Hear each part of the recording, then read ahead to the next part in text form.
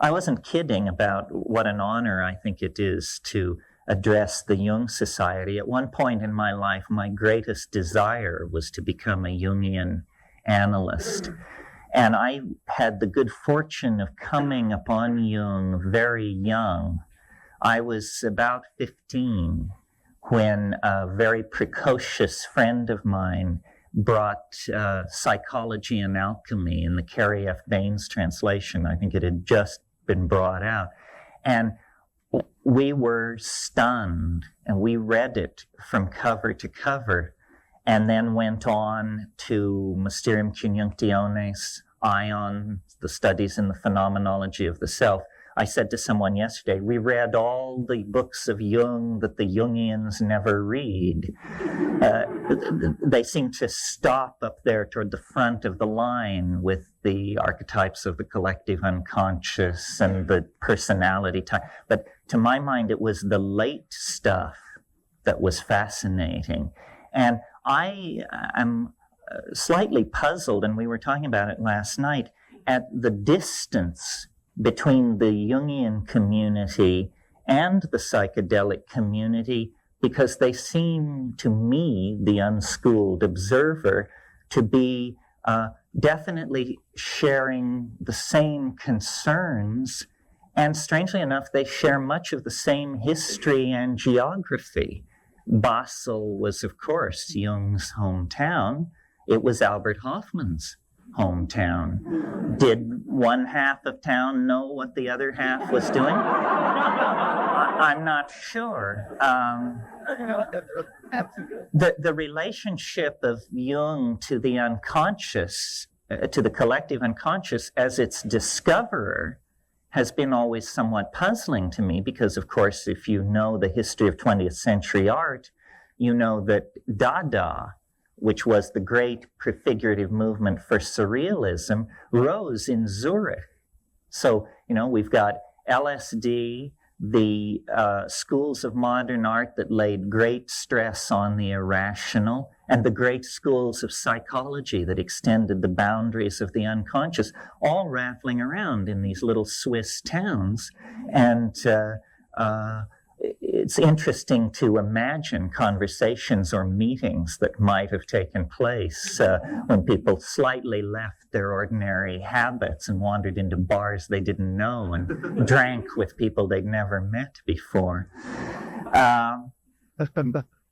Because Jung provided maps of the unconscious, and at 16, when we were beginning to experiment with this, and let me stress, this was before the great social waves of LSD taking of the 1960s. Just preceding that, from about 1963 to 65, we were frantic for maps of the unconscious. And Freud was useless. I mean, the notion that the contents of the psychedelic experience could be reduced to what Freud called day residues and repressed sexual desire and stuff like didn't wash.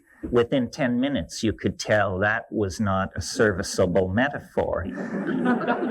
Jung, on the other hand, offered a vast pantheon of gods and archetypes and psychic complexes forgotten or abandoned. I mean, I thought of Jung basically as what I call a noetic archaeologist, someone who goes with toothbrush and nut pick to dig away the detritus from the bones of vanished idea systems.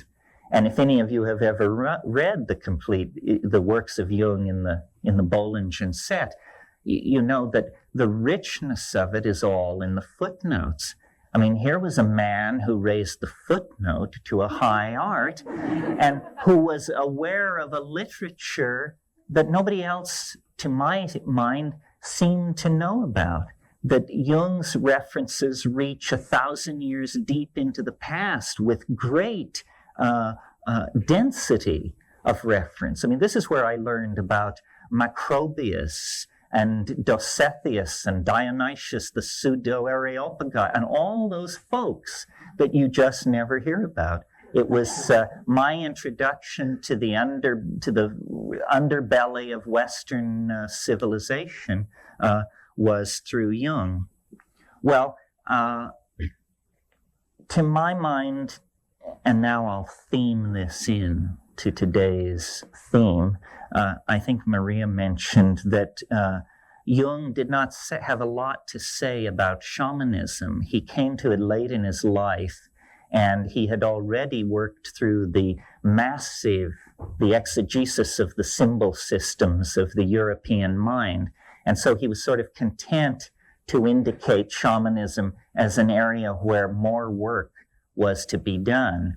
And then the great follow-on scholar was Mircea Eliade, who then actually studied shamanism, showed what its archetypal underpinnings were in all times and places.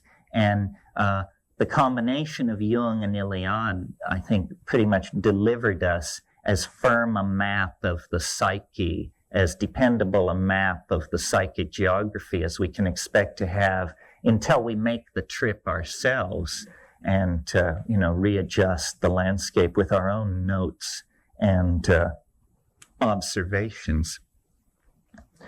For Jung, the great path into the unconscious was alchemy. And alchemy is an interesting pivotal domain, because I think we could, in a way, say it lies halfway between the concerns of an archaic shamanism and halfway between the concerns of a quasi-scientific psychedelic attempt to explore consciousness. Mircea Eliade wrote a brilliant book on alchemy called The Forge and the Crucible, which is the bridge to show you how you go from Jungian psychology into an understanding of alchemy that approximates Eliade. The notion for the alchemists that Jung brought forth very strongly was the idea of projection of psychic contents, projection of the active imagination onto processes and objects in the exterior world. In the case of the alchemists, it was the swirling chemical processes in their alembics, in their alchemical vessels, that they projected the great round of the archetypes on to these chemical processes. They saw crystallization, sublimation, separation as statements about the contents of the psyche as much as statements about the exterior world, because for them, the firm division between mind and matter, the firm ontological division between mind and matter that is built into Western thinking now, did not exist.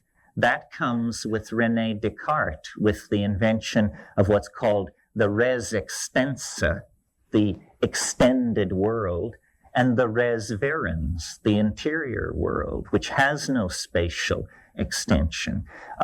So for the alchemists, mind and matter were two terms whose mutual exclusivity could be blurred under certain circumstances, and the terms of one could migrate toward the other. Well, now we as moderns ordinarily only experience this state when we are intoxicated by hallucinogenic drugs, or when we are in a state of severe psychic weakness, when there is then overwhelmment from the unconscious that is not with the permission of the ego, as happens in the psychedelic experience. Well, all of these various ways of approaching the psyche seem fairly abstract and bloodless and removed from daily existence, unless the psychedelic experience is present. And then it vivifies these metaphors. It makes clear what these various perennial traditions are talking about.